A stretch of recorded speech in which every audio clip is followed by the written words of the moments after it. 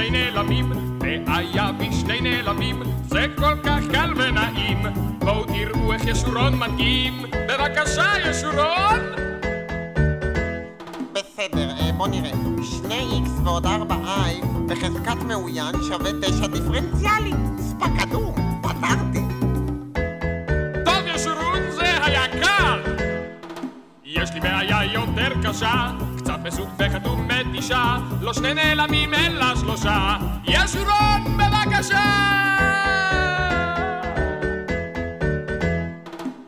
צנצנת תירס באריזה משפחתית כפול 4x בחזקת סבא שלי שנעלם עוד במלחמת העולם הראשונה שווה משרה מלאה במפעל לכימיקלים. צפיחית מדרש, ישורון! תקילה! 3 נעלמים זה קלי קלות, ממש ממש מעשה של שטות. ישורון חשב לי בלי טעות, החזר מס של חרגול פעוט.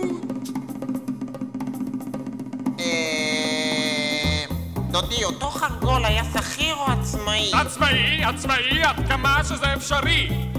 עצמאי אתה אומר. ובמה הסתכמה משכורתו, דודי? אינני יודע, ישורון, המצאתי את זה הרגע, אם כך, בואו נראה. נמלא 3 טפסי עמלה, ונוסיף גם תשלומי אגרה. 5 חומשי תורה, בבקשה אדוני. רוצה קבלה?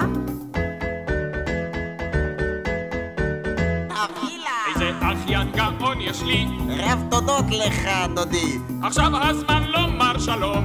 ישורון, עבור לדום!